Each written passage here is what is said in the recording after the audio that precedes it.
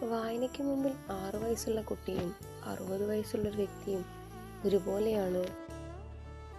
വായന എന്നത് ഏതൊരു മനുഷ്യനെയും ചിന്തിപ്പിക്കുകയും ചിരിപ്പിക്കുകയും ചെയ്യുന്ന ഒന്നാണ്. ഒരു വായനക്കാരനെ തൻ്റെ രചനകളിലെ ലോകങ്ങളിൽ എത്തിക്കാൻ ഒരു രചയിതാവിന് കഴിയുന്നുണ്ടെങ്കിൽ അദ്ദേഹം ഒരു രചയിതാവ് എന്ന രീതിയിൽ വിജയിക്കുകയാണ്. അങ്ങനെ വിജയിച്ചൊരു വ്യക്തിയാണ് ആർ സുരേഷ് കുമാർ തൻ്റെ രചനയായ മനുഷ്യപരിണാമ ചരിത്രം എന്ന ബുക്കിലൂടെ.